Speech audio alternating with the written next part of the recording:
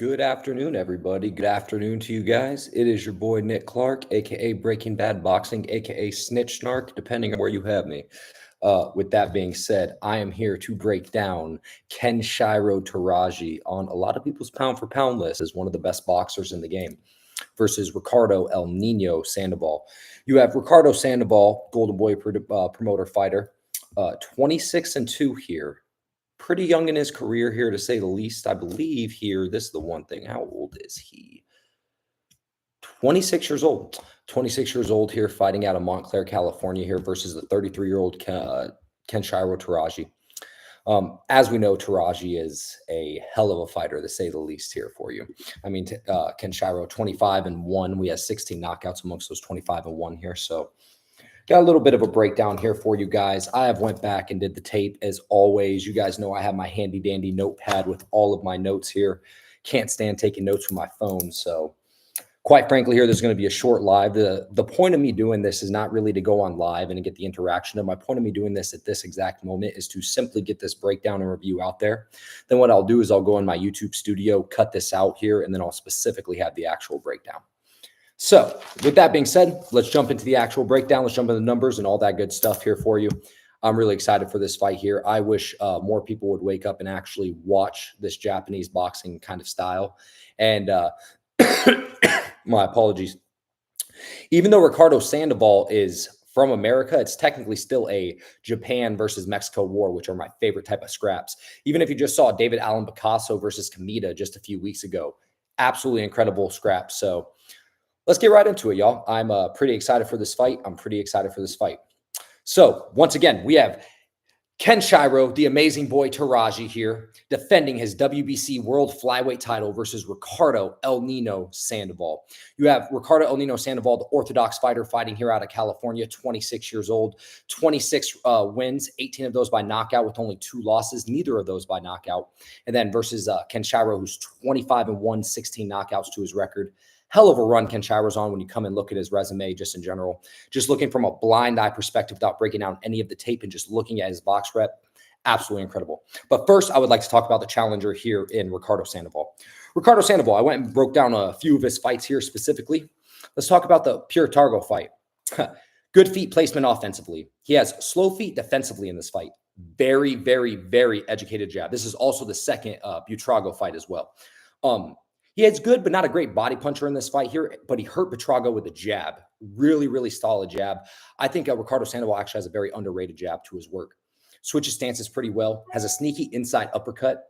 He doesn't really hold the real estate in the offense in the ring quite well, especially in this fight, as because Butrago was walking him back and walking him forward, kind of doing what he wanted with his feet, at least when it came to the first 1 through 3 rounds before he got hurt with that jab. He's a decent inside, same side puncher. He punches on the same side well, whether that means left to the body with left to the hook to the head, or that's right to the body and right to the head, kind of working back and forth. He has power in his lead hands. He does drop his defense when he's throwing hooks, though, which I do realize here. Whether that is he's throwing a left hook, he drops his right hand, or where he's throwing a right hook and he drops his left hand. Good cardio, punches with volume and forth all the way into the 8th round, where he eventually stopped Butrago in this fight here.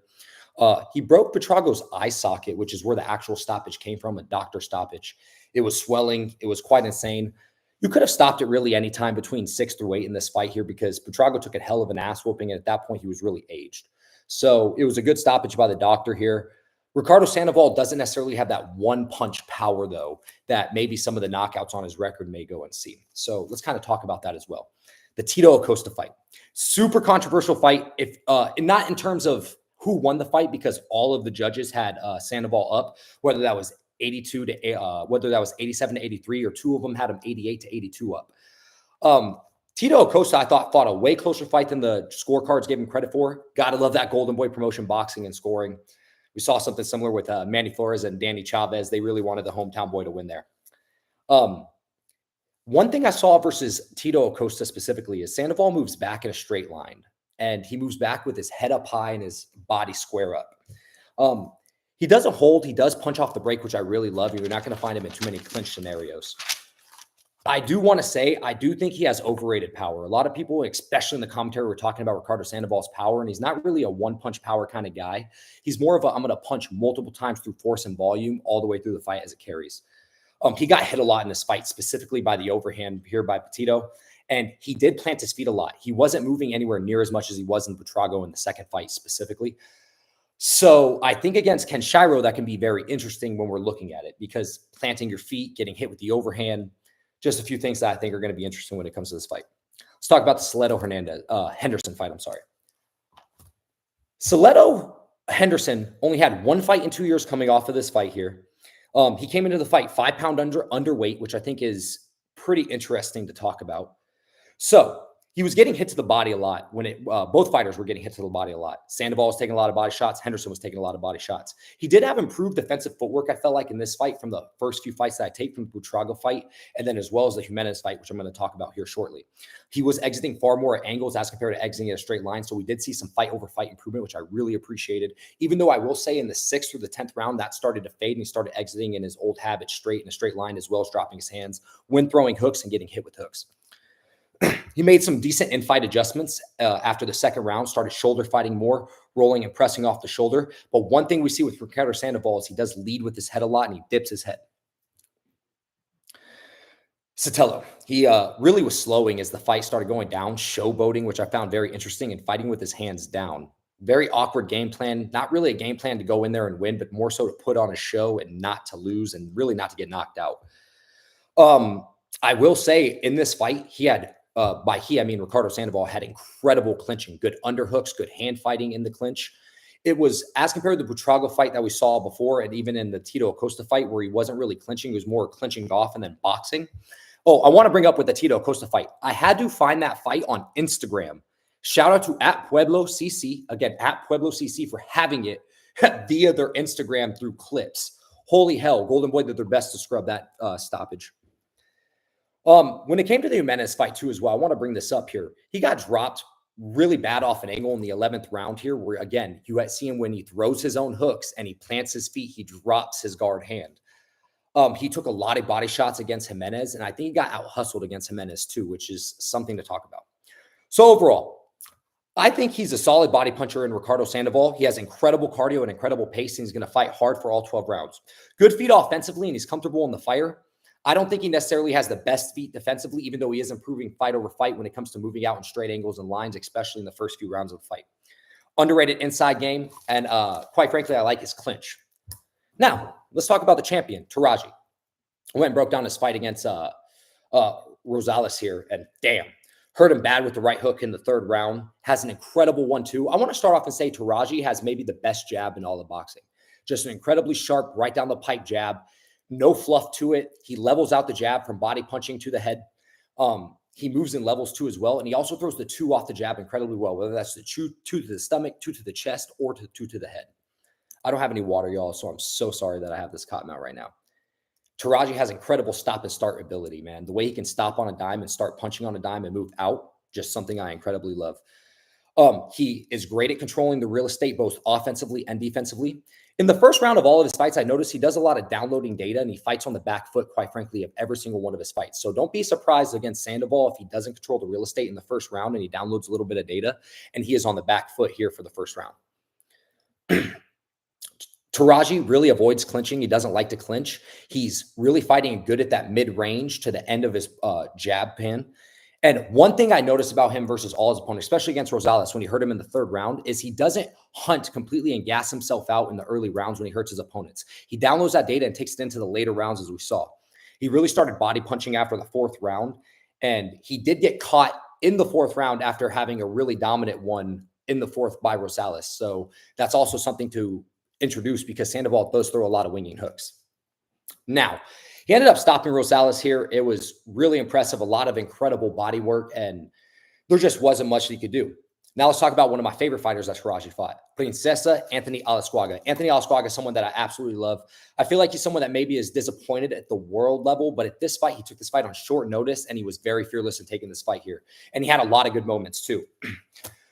Again, was on the back foot for the first round here. I gave Alasquaga the first round just for the work that he was doing, and Teraji was doing some slick countering, which I think he has an underrated countering game, which I think you see a lot in the first round, as he's good with slipping, countering, and ripping up to the body. You saw that, again, right after round 2 starts, he really gets well at controlling the real estate. moving in circles, moving off at different angles, and then controlling and pushing you to neutral corners as well as keeping you along the rope line. He can get countered, but he also has an underrated counter himself. He's great at rolling under the punches, Teraji is, and we saw that against Alasquaga. He was making Alasquaga miss on a lot of big punches, which I think why Alasquaga may have gassed himself out. Maybe not gassed himself out, but his body kind of gave out on him, even though he's an overall well-conditioned athlete. And I'm pretty sure even though for taking this fight on short notice, he was well-conditioned. Again, great feet. He's patient and accurate, especially when he has his opponent on the ropes. Every time Alasquaga was touched against the ropes, he was getting touched up and battered with just patient, accurate shots. Maybe not the overly high volume that we're looking for up until the later rounds. Once he started catching Alasquaga in the 7th and then eventually in the 9th round, it was just bad timing against the ropes, man. I mean, Teraji, good levels puncher, Teraji, a good body puncher. And when he starts to sit on him, he is damaging. And again, he is like a shark. In the first half of the fight, he's more like a piranha. He's going to bite. He's going to nip. He's definitely going to take what he's going to do, and he's going to hurt you. But once he smells blood in the water, it's more a death by 1,000 cuts in the first 6 rounds. After that, he is a straight up shark, man. He smells blood in that water. He's going to tear you fucking pieces with all of those teeth, man. Teraji is special, especially the best jab in the game. I will say, for being someone that is so highly rated pound for pound, I do think he has a lot of defensive lapses. I think that he can get hit clean with hooks. He's too comfortable inside on fighting, and he's too comfortable in the firefight himself. Sorry, y'all going to get a little bit of water here because I am dying. Now, his last fight versus Yuri Uka. Man, Yuri Iuka, man. What a scrap. What an insane war that was. Holy shit. I think Iuka may have been the heaviest puncher that he fought and the best body puncher that he's fought in all of the tape that I saw. Iuka's feints and stutters in the first few rounds definitely gave Teraji some issues. First round, he stood his ground and stood his ground and scrapped. Didn't really fight on the back foot like he usually does in the first round, which I think could have played into his own detriment here. In round 2, he started moving, jabbing, stabbing like he always does with that jab. Really starting to pushing Iuka into the positions and swaying him that he wanted to. The commentators kept talking about how much Iuka was swaying Teraji, even though I think Teraji was really holding the real estate most of the fight, and I think he chose to fight on the inside and plant his feet. He was definitely susceptible to the right hands in this fight. He got clipped with a multitude of them. And I want to say again, Sandoval does throw a winging right hand, but I don't think Sandoval possesses the power that someone like Rosales or even like Iuka has. I think he's a little bit undersized for the weight class too as well. I think he could drop down in weight. He was willing to firefight in this fight here. His uppercut variety was absolutely incredible. Teraji's was. He was uppercutting the body, uppercutting the head in multiple facets, cutting off an angle and then throwing the uppercut both on the inside and from a mid-range distance, which I really loved. This was his best body punching in all of this fighting because after round 3, it was a body punching clinic and it was all downhill for Iuka at that point. You saw the tires start to flatten really in round 10 here for Iuka, and Teraji body punching really took over. There were gears and levels, man. When Teraji needed to go through the gears, he went through the fucking gears. It was very similar to Usyk in the sense of where you see a world-class fighter is when they need to win these rounds, they need to win these gears. That's when they do it. And that's exactly what he did in round 12. He needed the stoppage. He needed the finish. It was, quite frankly, the uppercut that started the finishing sequence here. It was a 1-1-6-1-2 that started the uppercut and the finishing sequence here. And once that ripped on Iuka, it started going from body level punching to head punching, and the ref eventually stopped it, which I saw online. A lot of people thought it was controversial of a stoppage. I couldn't disagree more. There was a minute and a half left, and Teraji wasn't stopping. He wasn't breathing hard. He was going to put his foot to the metal. Pedal to the metal. It was going to be a bad time for Iuka. So I think he saved him. The ref saved Iuka some life off of him. So with that being said here, overall thoughts, best jab in the game, gears and levels, could fight going forward, could fight going backward. When he smells blood, again, he's a shark, but in the first round, he's more of a piranha. He's a great body investor, which I absolutely love. And he has a very underrated countering game. My prediction for this fight, you're giving me Teraji by stoppage at plus money at plus 120. I'm taking Teraji by stoppage at plus money. Sandoval is susceptible to body shots, hooks, and he drops his own guard and he backs off in a straight line, which is going to leave Teraji, quite frankly, the minute he gets him against the ropes, he's going to accurately punch him up to rips. When you have guys like Buriato, I'm sorry, I know I'm killing the names here. Please forgive me for that one. But the old puncher that he fought in his last fight, and then you have guys like Jimenez really hurting you and dropping you, that's going to be issues against a guy like Teraji. I see a stoppage here coming anywhere from 10 to 12, rounds 10 to 12 in the end of it. Fight does not go the distance, and minus money is something I love. Sorry about all the stuttering, guys. I'm very excited and hyped up for it.